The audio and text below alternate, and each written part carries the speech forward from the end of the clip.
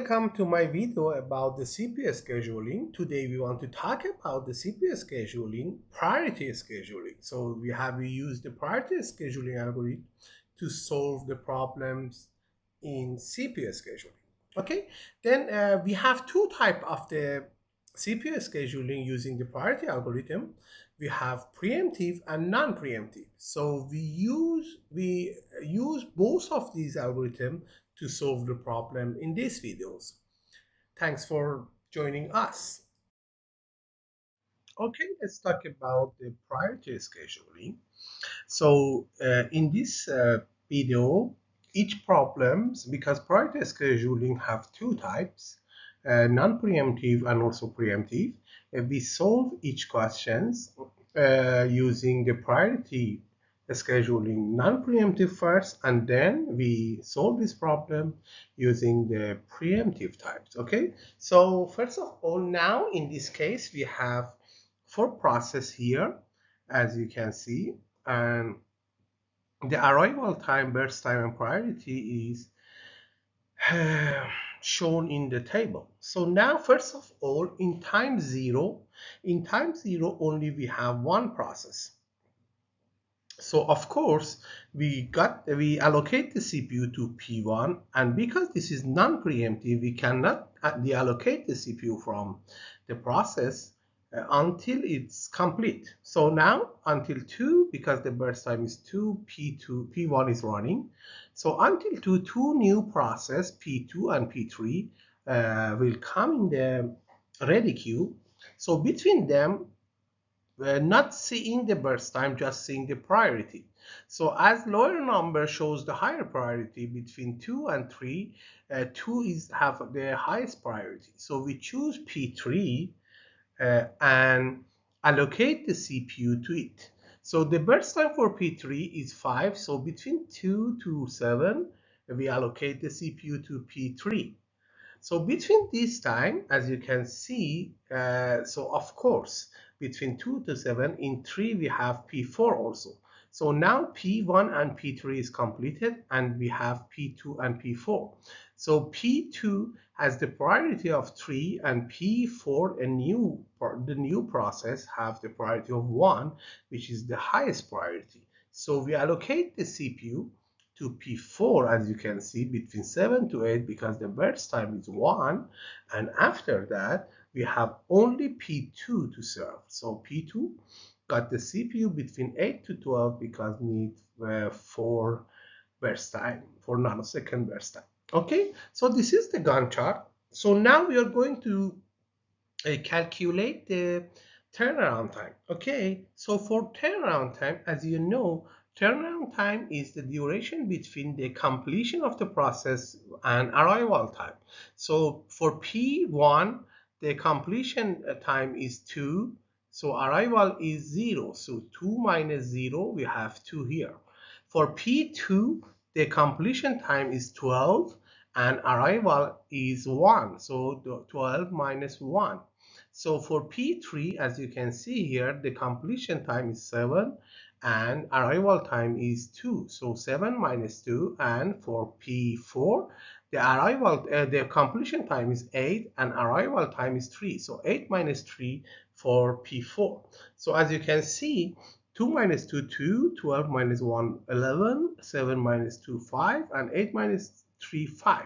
So 2 plus 11 plus 5 plus 5, we got 23. Divided by 4, we have 5.75 as average turnaround time for this problem. Okay, so let's go and calculate the waiting time. Waiting time, you know, and we are talking before. So waiting time is the turnaround time minus burst time for each process. So as you can see, turnaround time for process 1, 2, for process 2, 11, for process 3, 5, and process 4 also 5. And burst time for process 1, 2, burst time for process 2, 4, burst time for process 3, 5, and burst time for process 4 is 1. So as you can see, 2 minus 2, 0, 11 minus 4, 7, 5 minus 5, 0, 5 minus 1, 4. So 0 plus 7 plus 0 plus 4, we got 11 divided by 4, we have 2.75. So we solved this problem like this, but non-preemptive, using the priority scheduling non-preemptive. In next slide, we are going to talking about exactly same problem, but using the preemptive priority scheduling. Okay, as you can see here, we have the exactly same problem, but we want to solve it using the priority scheduling, but preemptive one. So first of all, same as the before, in arrival time 0, we don't have any other process. So we got the CPU to the P1, and between 0 to 1, P1 have the CPU. Why 0 to 1? Because in 1, we have another process will arrive.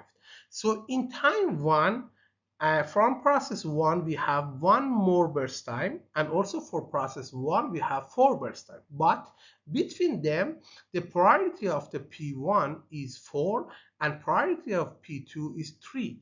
So we select P2 to allocate the CPU to it, because the lower number higher priority. So 3 is have the highest priority than 4. So we allocate the CPU to P2 between 1 to 2. Why 1 to 2? Because in 2 we another process arrived. This process also need 5 burst time, but the priority, because the priority is highest than the process have the CPU now. So again we deallocate the CPU from P2 and assign it to P3 until 3. Why? Because the P4 will come in time 3. So in time 3, P3 has a CPU now with priority 2, but we got another P4 with priority 1, which is highest than 2. So again, we deallocate the CPU from P3 and assign it to P4. So as you can see, P4 only need 1 nanosecond burst time. So at 4, it's completed. So now P4 is completed, but we have again another part of the P1, P2, and P3 to execute. From P1, we have 1 more, because 1 from 2 is completed. For P2, we need 3 nanosecond, because 1 also for P2 completed. For P3, we need also 4 more, because from 5 we allocate just 1 nanosecond, so we need to execute 4 more. So as you can see, based on these, between P1, P2, and P3, P3 has the highest priority, so got the CPU from 4 to 8 and completed at 8. And then between P2 and P1, we allocate the CPU to P2 because has the highest priority to P1, between 8 to 11 because from 4, 1 here assigned, allocated, and now 3 more. So, and at the end, we allocate the CPU to between 11 to 12 to P1 because 1 second here execute and 1 second more rest here execute between 11 to 12. So this one we use, in this case, we use the priority scheduling preemptive one. So let's go and calculate the turnaround time and waiting time. So turnaround time, as you know, for each process is the completion time minus arrival time. So for P1, completion time is 12 minus arrival time 0. For P2, completion time is 11 minus arrival time 1. For P3, completion time is 8 minus arrival time 2. And for P4, we have the completed at 4 and arrival time is 3. So as you can see, we have 12 turnaround time for P1, 10 for P2, 6 for P3, and 1 for P4. So we some of them are 29 divided by 4 for the average turnaround time, we got 7.25. And for waiting time, as you know, we have turnaround time for each of them. We must decrease the burst time from the turnaround time for each process and calculate the waiting time simply. So 12 minus 2 for P1, 10 minus 4 for P2, 6 minus 5 for P3, and 1 minus 1 verse time for P4. So as you can see, we have 10 plus 6 plus 1 plus 0. So we got 17 divided by 4, and the average waiting time will be 4.25. Okay, let's go to another example here for priority scheduling. Again, first we solve the problem non-preemptive, and after that we solve it preemptive one. So as you can see, we have 5 processes here, and arrival time of 3 of them are 0, and 2 other 2 and 4. And we have many some other burst time for each one and priority for each one. So for non-preemptive, at time 0, we have 3 processes. With priority, 2 of them are 2, as you can see, P3 and P2 have the priority of 2, and P1 has the priority of 3. So as you can see here, we can use each of, because in time 0, P2 and P3 has the same priority. So here we can use 2 methods for choose which one we must execute. But for example, the first method is using the process number. So lowest process number first. This is one method for doing that, and the best method, because they're having the best efficiency between 2 same priority, we have to choose the shortest one. So here we use this method. So first of all, we use P2.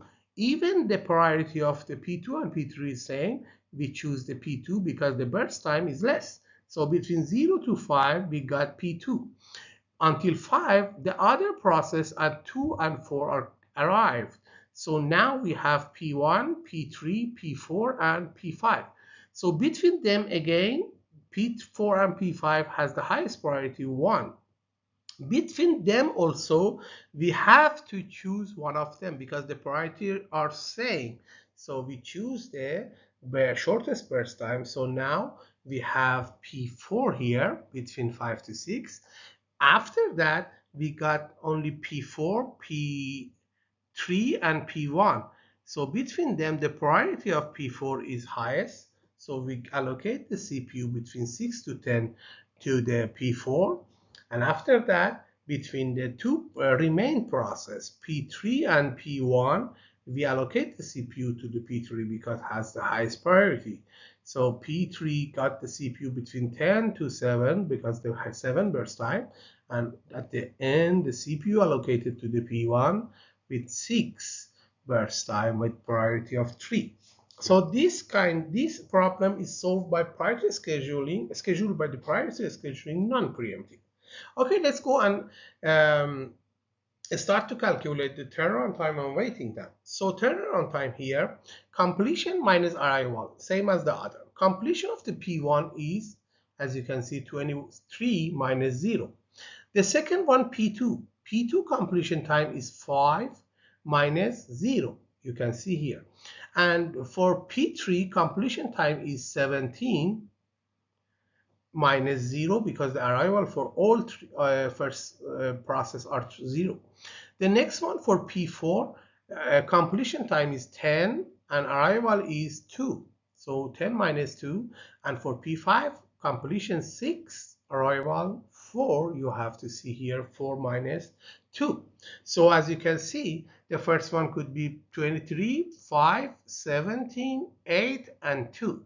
So some of them could be 55 divided by 5, and the result will be average turnaround time for this process 11. Okay, and the next one, waiting time. Waiting time, we have the arrival turnaround time for each process here. So for P1, turnaround time minus burst time. So we have 23 minus 6. For second one, P2, turnaround time 5 burst time 5, so minus 5, 0. The next one, I have turnaround time 17 minus the burst time 7, and the next one, P4, turnaround time 8 minus 4, you can see here, and at the end, P5, turnaround time 2, burst time 1. So as you can see, we can calculate the average one, 17, 0, 12, 4, and 1. So you can see here, 34 is the sum of these numbers. So 34 divided by 5, we got 6.8. So we solve this problem using the priority scheduling non-preemptive. At the next slide, we solve this problem using the preemptive priority scheduling. Okay, now we want to solve this problem, schedule this same problem, but now using the preemptive priority scheduling. Okay, so now, first of all, at time 0, same as the before, we have P1, P2, and P3. So as you can see here, in same time, we have 3 processes with 3 priority. 2 of them has 2 priority number 2 and the other 3. So we know the lower number has the higher priority. So between P2 and P3, we have to assign the CPU in one of them. As before, we told you with the same priority, we choose the shortest one. So we assign the CPU to P2, but not completely until 5 burst time, until the new process will come. So until 2, 0 to 2, we have P2. So with priority of 2, at 2, we have another process with priority 1, means higher priority than 2. So now we deallocate the CPU from P2 and assign it to P4, as you can see. Until end of process, no, until the new process will come. At 4 we have another process, so here we have another process, but the same priority here. At the same priority, we didn't context switch between the process, because the current process have the same priority with the new process, so context switch is overhead, we didn't do that. So P4 complete the process at 6 and finished.